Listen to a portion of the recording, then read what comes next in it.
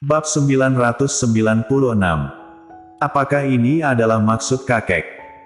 Sudahlah, aku sebenarnya melihatmu kebingungan, jadi aku ingin membantumu, saudaraku. George Kiao mengatakan pikiran hatinya, aku sangat pandai mengejar gadis, karena kita sekarang bersaudara, maukah aku mengajarimu beberapa trik? George Kiao mendekatinya lagi tanpa malu-malu, mengaitkan bahunya, seolah-olah mereka memiliki hubungan yang baik.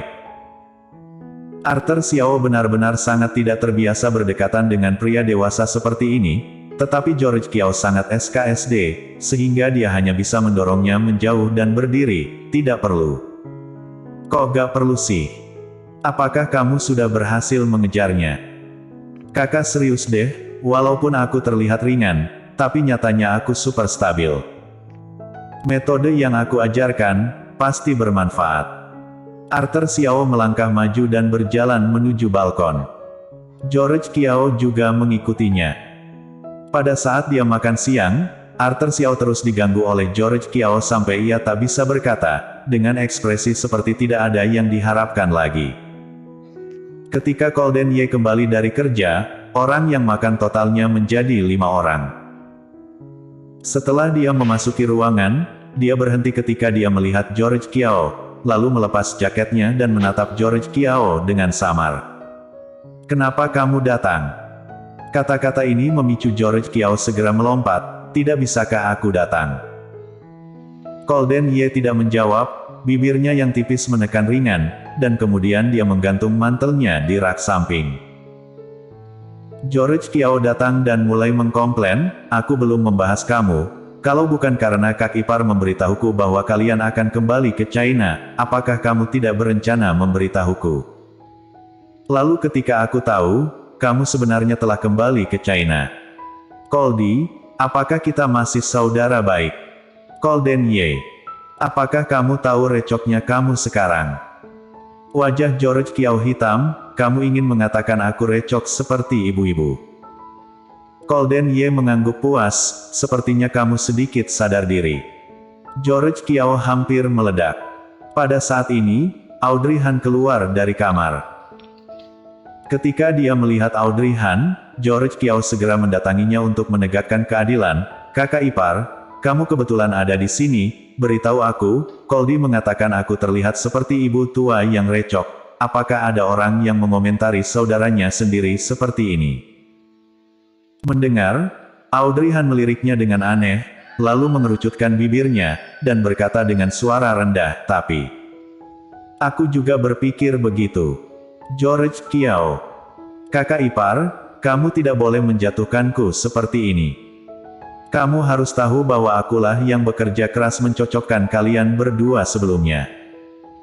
Sekarang setelah kalian berdua sudah jadi, kalian tidak boleh seperti ini terhadapku." Audrey Han berkedip dan memikirkannya dengan hati-hati. George Kiao memang telah banyak membantu mereka. Jika bukan karena dia, sepertinya dia tidak akan bisa bertemu Golden Ye dengan lancar. Apalagi perkembangan berikutnya. Memikirkan hal ini, Audrey Han memandang Golden Ye, "Lepaskanlah dia, jangan mengejeknya lagi. Dia dipaksa pergi kencan buta oleh keluarganya selama seminggu, dan itu sangat menyedihkan." Golden Ye mengangguk, "Oke, aku hanya akan mendengarkan Nyonya Ye." George Kiao merasa mereka memamerkan hubungan di hadapannya. Tepat pada saat itu, pintu dapur terbuka, dan Gita keluar dengan sepanci sup, waktunya makan. Arthur Xiao berjalan cepat, "Aku saja." Kemudian dia mengambil panci sup di tangannya, dan Gita berbalik untuk membawa yang lain. Semua orang juga ikut membantu.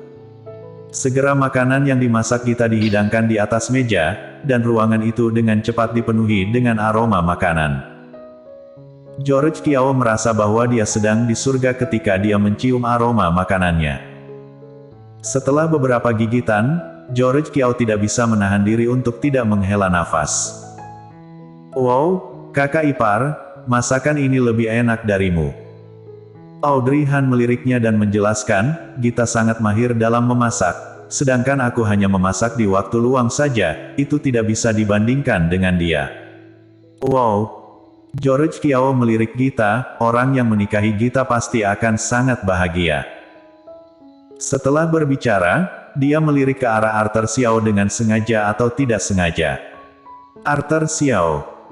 Dia menundukkan kepalanya dan makan dengan diam, tetapi ujung telinganya diam-diam memerah, mengekspos pikirannya. Melihatnya seperti ini, George Kiao menghela nafas di dalam hatinya, dia hanya membuat lelucon saudaranya sudah merasa malu.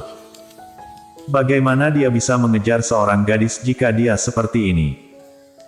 Tetapi Gita mungkin mengerti kata-kata George Kiao, dan tiba-tiba berdiri, suara dan nada suaranya agak dingin, aku akan pergi melihat apakah api kompor sudah dipadamkan belum. Kemudian dia berbalik dan pergi ke dapur. Semua orang. George Kiao menelan makanannya dan melirik Audrey Han yang berlawanan, kakak ipar, apa yang baru saja saya katakan? Apakah itu menyinggung perasaannya? Audrey Han melirik George Kiao, mengangkat bahu, menunjukkan bahwa dia juga tidak yakin, dan kemudian ingin mengambil Iga tetapi posisi Iga terlalu jauh darinya. Jika dia ingin mengambilnya, dia mungkin harus berdiri. Tapi Audrey Han malas, setelah ragu-ragu sejenak, dia menyerah, dan memakan makanan enak lainnya. Tanpa diduga saat ini, Golden Ye mengambilkannya sepotong iga dan memasukkannya ke dalam mangkuknya. Audrey Han menatap Golden Ye dengan takjub, dia tidak menyangka Golden menyadarinya. Keduanya menunjukkan kasih sayang mereka, dan George Kiao di sebelahnya mengeluh, dia tidak menyangka akan mendapat pameran kemesraan publik dalam acara makan ini. Tetapi memikirkannya, sepertinya seseorang lebih menyedihkan daripada dirinya, yaitu Arthur Xiao yang duduk di sebelahnya. Apa yang dia katakan barusan hanya bertujuan untuk mencocokkan keduanya, tetapi dia tidak menyangka bakal menginjak ekor gadis itu. Pada saat ini, Arthur Xiao seharusnya merasa sangat terpukul. George Kiao diam-diam bersandar ke sisi Arthur Xiao dan berbisik, saudaraku, aku benar-benar tidak bermaksud mengganggumu. Aku benar-benar menganggapmu sebagai saudara, dan aku tidak akan pernah melakukan hal semacam ini. Mendengarnya, Arthur Xiao bahkan tidak mengangkat matanya, dan menanggapinya dengan dingin. Aku tahu. Baguslah. George Kiao merasa lega dan menepuk dadanya, jangan khawatir, selama aku di sini, aku pasti akan membantumu, saudaraku. Arthur Xiao. Setelah hening sejenak, dia melirik ke samping pada orang-orang di sebelahnya. Tidak. Aku khawatir akan menjadi lebih repot jika dibantumu. Seperti situasi tadi, bukan? Senyum di bibir George Kiao membeku sesaat, dan dia malah mengatakan akan lebih repot jika dibantuku. Wah, rasanya sangat menusuk jantung. Setelah kita kembali, George Kiao tidak berani berbicara omong kosong lagi. Jika dia masih membuatnya marah, Arthur Xiao mungkin akan menyalahkannya. Setelah makan selesai, George Kiao tidak punya waktu untuk duduk dan menikmati buah-buahan. Telepon kakeknya yang terus-menerus seperti akan mencabut nyawanya. Setelah George Kiao pergi, Arthur Xiao jelas merasa lega. Sore harinya, Paman Yu mengirim Glenn kembali. Selama beberapa hari ini, Glenn telah bersama kakeknya, Jerry Yuchi sepanjang waktu. Audrey Han melihatnya dan tiba-tiba tidak bisa memikirkan apapun, dan keduanya saling berpelukan. Hansen menyaksikan adegan ini dan berkata perlahan, Tuan Besar berkata, dalam beberapa hari ke depan, sampai kamu dan Tuan Muda Coldy kembali ke China, biarkan Glenn tinggal bersama kalian. Audrey Han tercengang sejenak, lalu mengangkat kepalanya untuk menatap mata Hansen, ini adalah maksud kakek. Bersambung.